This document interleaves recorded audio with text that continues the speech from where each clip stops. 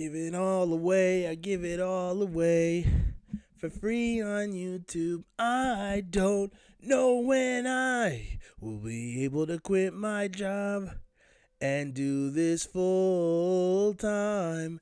Until then, I will say Cody Rhodes is your new WWE, I should say, and the new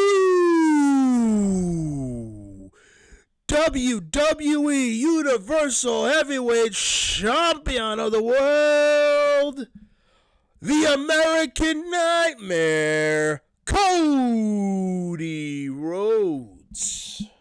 Wow. Cody Rhodes is your WWE champion. The lasting image of WrestleMania 40 is Cody Rhodes going up the ramp.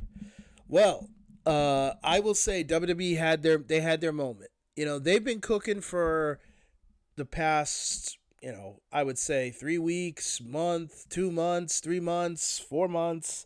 They've had a great run. If you want it, for me personally, I would say somewhere along the line of Survivor Series, Punk came back all the way through. And it's not just because of Punk, but it's the representation of CM Punk coming back to the company. It's the representation of The Rock coming back, and not just coming back to do an appearance, but to make an impact with a new version of The Rock. This new character that we've never seen before, this like psycho corporate final boss Rock. The representation of having the WWE loosen up their grip on language, becoming more violent, becoming more aggressive. Is it the Attitude Era? Is it the Ruthless Aggression Era? Well, like Triple H said, they didn't call it those things in that era. What is this era called? I don't know, but I will say this. This is an improvement era. It's an improvement over what we've seen for the past 15 years. It's an improvement in every area, whether it's the wrestling itself, whether it's the language, the words they're allowed to say, things like professional wrestling.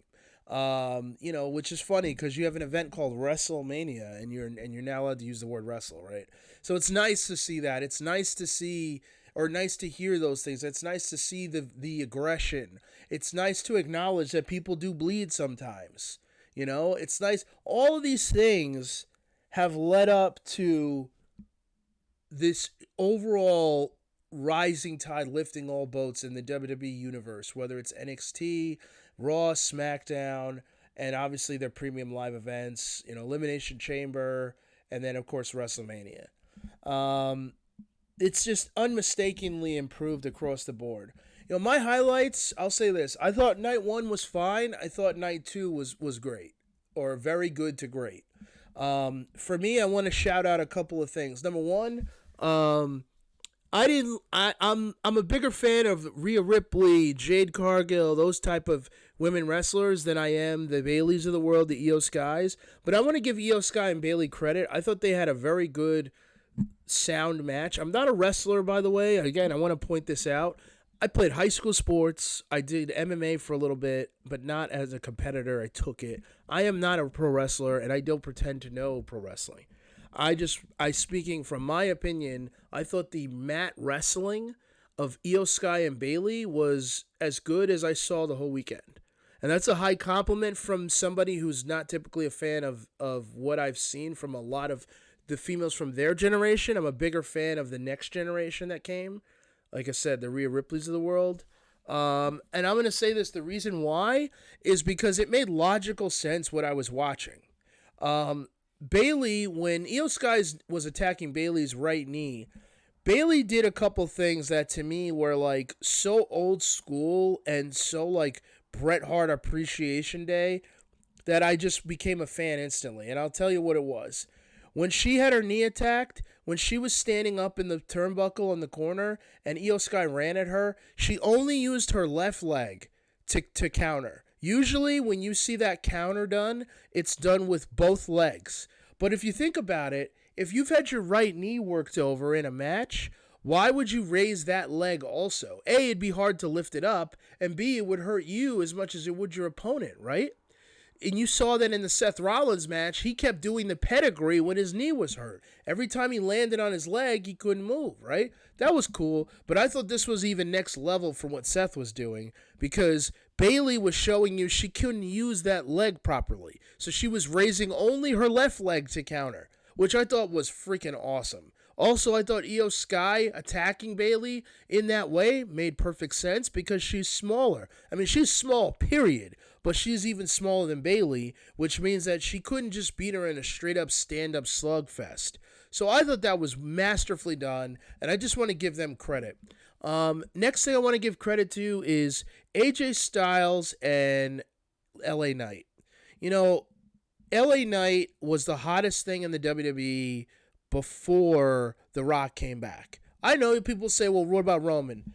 Listen, Roman has been consistently a hot commodity for the WWE, but he's not the guy who shows up to every episode of every show and cuts promos and wrestles. That's not him. All right? The guy who had the groundswell, who didn't have the support of the machine before he got really hot, was LA Knight. Okay? And LA Knight wasted a year and a half, 2 years in NXT. A guy who's already, who was 39 or 38 when he signed with WWE. He didn't have a lot of time left, and they put him in NXT. This guy was ready to go. I think his last match in NXT was a loss to Braun Breaker, by the way. I think that was Braun's debut. But anyway, the point is, I want to give credit to LA Knight and to AJ Styles. LA Knight was overshadowed by what was going on with The Rock, and it wasn't a title match he was in, but I thought the two of them did some amazing work. I thought when AJ interfered in the match in the Elimination Chamber and attacked LA Knight with the chair, guy flew 13 hours to hit a guy with a chair. That's commitment. I thought that was awesome. I also thought that the match itself was very good. It reminded me of every old school wrestling match I've ever watched. It wasn't two guys doing 50 backflips off a stage. It wasn't two guys who were, I guess, trying to do, anything like with the 1,000 super kicks or anything like that, Jimmy Uso. These were guys who just wrestled, and they had aggression, and they punched and kicked and brawled, but they wrestled. I thought everything was so well done. AJ's a great wrestler. We already know that, but to see him and LA Knight do what they did, and I want to say this, what made it special to me is that these two guys wrestled an old school match where they were both trying to get to their finishing move. AJ was trying to get to that elbow, that flying elbow, or the phenomenal forearm or whatever, and he was also trying to get to the Styles Clash, and he couldn't do it because it was being countered. LA Knight was trying to get to the blunt force trauma, but he couldn't do it because it was being countered. It wasn't one of these matches that you see all the time in all of wrestling where a guy hits his finishing move 45 times in the match and they spend the whole match just going back and forth between finishers and kicking out, which totally destroys the aura for me of what a finishing move is. It's obviously not a good finishing move if it doesn't finish the match. These guys battled to get to their finisher the way I remember. I remember Stone Cold Undertaker. Well, if Stone Cold gets to a stunner, he's going to win the match. Well, if Undertaker gets to his tombstone or his chokeslam, he's probably going to win the match. That's the way it used to be. If Bret Hart gets to his sharpshooter before Shawn gets to his super kick, then he'll win the match, right? Well, this instance, these two guys battled to get to their finishing move. LA Knight got to his finishing move first, and he was able to win the match. And they built you up, the anticipation of who's going to hit their move. And it looked like AJ a couple times had it. And then it looked like LA Knight a couple times had it. And it turned out LA Knight got his finishing move in, and it finished the match. Masterful work by these two guys. As a fan, I think, and I hope that somebody in WWE hears this. As a fan, when I see that, I am more intrigued and more interested in the two wrestlers. One, I didn't see AJ do his finishing move. Now I'm drooling to see it. Number two, the blunt force trauma looks like a move that would really hurt somebody because guess what? It only took one. No offense to Cody, but how many times does he do his finishing move in the match? How many times does Roman do his finishing moves? Okay. It's not a knock, but it's a point of reference. WWE might want to talk to their guys about curbing the use of their finishing move unless it's actually going to finish the match. In rare occasions, it should take more than one finishing move to win a match. Otherwise, it's not a finishing move. So that I thought was awesome. So congratulations to them. Drew McIntyre, what can I say? I thought that moment, first of all, WWE really, they showed you why they're the master storytellers and these other companies are not right now. Scott D'Amore in TNA, I guess maybe you could argue he was at the, when he was there, TNA could tell a story, but it was a story not a lot of people saw because they just didn't have the right platform. By the way, AEW, you might want to hire Scott D'Amore, and I'll get to that in a minute. WWE's the master storytellers. They had you going on and on and on about Drew telling Seth, you need to focus on me. You need to focus on me. Don't worry about anything else. Don't worry about the bloodline. And it turned out that Drew was the one that wasn't focused because when he won the title, he had to taunt CM Punk. He had to egg Punk on. And then what happened? He eats a beating and then loses his title. What a great job Punk did. What a great job. First of all, the match with Seth was very good. But Drew, they really masterfully told the story of Drew being fooled by not heeding his own advice. And now there's a lot of ways you could go, and I don't know if this is the right video for this discussion, but all of the WrestleMania matches can lead to many other matches or many other, stories or rivalries. They did a good job of leaving us in a place where we don't know where they're going, and they could go in a lot of directions. Drew could immediately turn around and say, I want a rematch. He could wait until Clash at the Castle. Seth could want a rematch. Seth could want a match with Cody Rhodes for the WWE title. There's just a million things you could do, but it was just really well done, and I thought it was awesome to see. Drew had his moment in front of the crowd, and then he blew it by being a jerk with Cody. So, just good job right there by him and by the whole crew in WWE. I thought that was well done. They told you a story. They had you fooled, and then they ended up telling you a different story. And then, of course, what can you say about the main event? It was cool to see Bubba Ray, by the way. That was a nice little added thing for that match. They needed a little spice on that match. I'm going to say this. I think Razor and Akam, the authors of Pain, I think they need to distinguish themselves on their own and not be around be around Karrion Kross. I think they need to be a tag team that Kross can go to and use every once in a while for help. But I think they need to stop coming out with him and they need to do their own thing because those two monsters would be, the authors of Pain from a physical standpoint can rival any tag team the WWE's ever had. And they need to be out there, battling with some technical teams. And, I worry that you put the tag titles on the kids and you put them on Miz and K Quick or whatever, Ron Killings.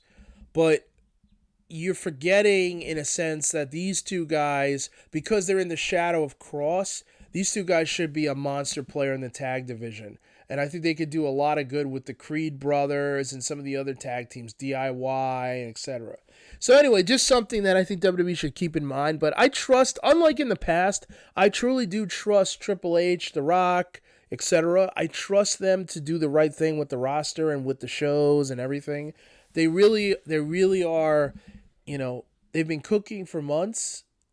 And I think now they've really hit their stride. And they've put on an amazing, couple of shows and, nothing bigger than what they just did this past weekend and obviously last night. And then finally, obviously, Cody Rhodes. Cody Rhodes, what can I say? He can be corny at times. Sometimes he cries too much. Sometimes he's very emotional and all that, but he's authentic. He's genuine. He's very likable. He has great charisma. It's not just that he's Dusty's kid. it's there's something else about him. He has his own charisma. It's different from Dusty. It's different from his brother. He gives off Bret Hart vibes for me. Um, he's the captain of the ship. He's the captain of the team. He's the varsity captain, clean cut, unapologetically clean. And that's what I was saying to my friend last night. Shout out to Brian who was watching this with me. Um, he's unapologetically clean. He doesn't.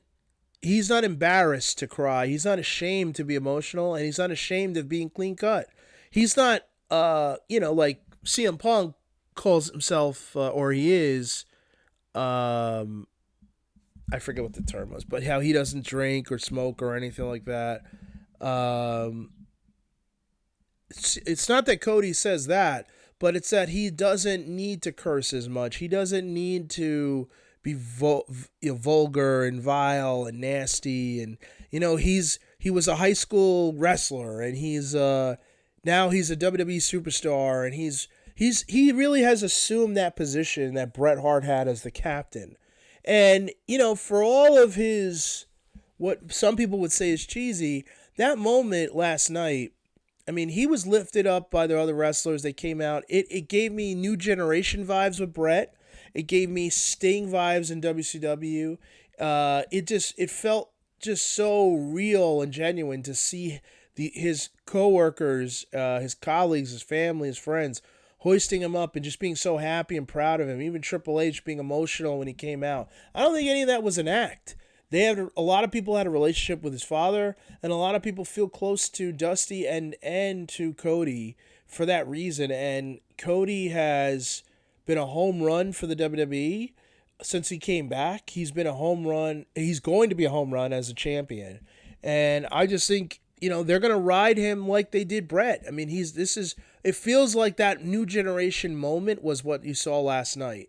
And now with him as the champion, you have a champion who comes to TV. You have a champion who will probably be willing to take on newcomers and guys who aren't necessarily ready for the main event, but who he can make into main eventers. It's just so well done. And congratulations to him. I was happy to see it. And frankly, I think a lot of adult men who are typically, they like the bad guys. They like, the less... whatever the company pushes, they want the opposite. I think, for all that said, I think Cody opens the door for people to just enjoy and just be happy and just be genuinely proud and almost to be cheesy, but in a good way, to enjoy themselves being corny, to be genuine and to be unapologetically genuine. We all know who Dusty Rhodes is. We all, every once in a while, you actually do want to see the good guy win. As cool as Razor Ramon and Triple H and, sometimes the NWO, all that stuff, as cool as those guys are, and it's, badasses are cool. Sometimes it's nice to see a guy who is just a good guy who works hard win. And that's how he connects to the audience. So that was very cool to see. And then my last point is, and this is not going to be an anti-AEW video, but I just want to say, AEW's had a terrible week, and WWE's had a great week, and it's a shame because the two of them should be able to have mutually wonderful weeks. The WWE's been on fire for a couple months, like I said, in my opinion. Some people would say longer, but they've had a good run, and they're starting something that feels great. And Triple H, The Rock. When I see that these are the guys who the wrestlers answer to, I feel great. I feel great seeing that. Because they know what they're doing. They love wrestling, and they're opening the floodgates to really unlocking the potential of this generation and this era.